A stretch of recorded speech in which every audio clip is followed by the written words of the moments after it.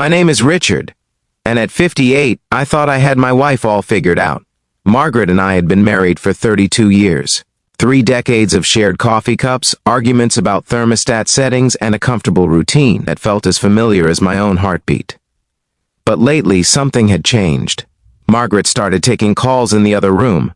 She'd glance at her phone and suddenly remember she needed to check on something in the garage or water plants that didn't exist. Her eyes, once warm and open, had become guarded. Every question I asked was met with vague answers or irritation. I'm not a fool. After 32 years, you know when something's wrong. The final straw came on a Tuesday evening. I asked her where she'd been that afternoon and she snapped at me, said I was paranoid and controlling. The words hit harder than I expected. That night, I lay awake listening to her breathe beside me, feeling like I was sleeping next to a stranger. I made a decision. I'd leave, pack my things while she was out, rent a small place across town, and let her wonder for once. No drama, no confrontation, just silence. I spent the next week preparing quietly. Found an apartment, packed boxes in the basement, told no one. Margaret didn't notice.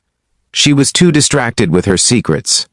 Friday night arrived. Margaret said she was meeting her book club. I watched her drive away, then started loading my car. Each box felt like shedding weight I'd carried too long. By 11, I was nearly done. Then my phone rang. Midnight, exactly.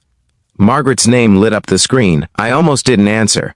But something in my chest tightened. 32 years of instinct. Her voice was shaking. Not angry shaking. Terrified. Richard, someone's in the house. My blood went cold. What? Where are you? Home. I came back early. There's someone downstairs. I heard the back door. I'm locked in our bedroom. I was already in the car. Boxes forgotten. Call the police, Margaret. Now. I did. They're coming.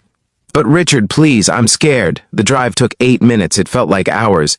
Police cars were already there when I arrived, lights painting our quiet street in red and blue. I ran inside. Margaret was on the couch, wrapped in a blanket despite the warm night. An officer was talking to her, but when she saw me, she stood up. Her face crumpled. I caught her as she collapsed into my arms, sobbing. The intruder had run when the alarms triggered. Police found the back window jimmied open, muddy footprints on our kitchen floor. They'd been watching the house, they said. New patterns, knew when people were usually gone. After the officers left, Margaret and I sat in the living room. The house felt different now, violated. But something else had shifted too. I thought you were at book club, I said quietly. She laughed, but it was bitter. There is no book club, Richard. My stomach dropped. Here it comes, I thought, the confession I'd been dreading. I've been going to therapy, she continued, not meeting my eyes. For 6 months now, twice a week. I stared at her. Therapy? She nodded, tears streaming down her face. I didn't know how to tell you. You always seemed so content with everything.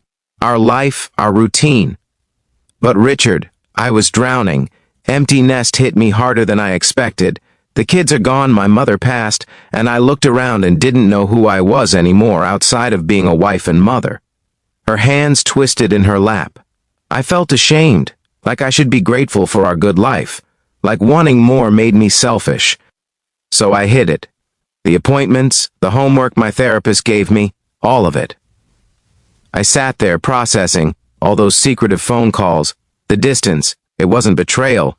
It was pain she thought she had to carry alone. Why didn't you tell me? My voice cracked. Because I thought you wouldn't understand. That you'd think I was being ungrateful or dramatic. I pulled her close. Margaret, I've been packing to leave. I thought you were having an affair. She pulled back, shocked. Then, impossibly, we both started laughing. Not happy laughter, the kind that comes when you realize how close you came to losing everything over assumptions and fear. We talked until sunrise, really talked for the first time in years. She told me about her fears of becoming invisible, of losing her identity. I told her about feeling shut out, watching her slip away and not knowing how to reach her. I want to understand, I said. I want to be someone you can talk to. She squeezed my hand. I want that too. That midnight call didn't just save Margaret from an intruder. It saved us from the silence that had been slowly destroying what we'd built. We started therapy together. It wasn't easy. 32 years of communication patterns don't change overnight. But we were trying, really trying. Margaret started painting again, something she'd loved before kids. I learned to ask better questions and actually listen to the answers. We were rediscovering each other and ourselves.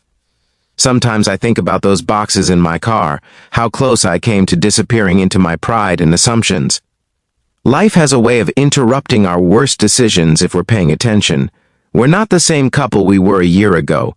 We're better, more honest, less afraid. And every night before bed, we make sure to say what needs saying. Because we both learned that the scariest intruder isn't the one who breaks through your window. It's the silence that creeps in when you stop talking to the person sleeping beside you.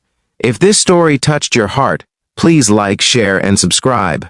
Leave a comment below telling me about a time when communication saved an important relationship in your life. Your stories matter, and I'd love to hear them.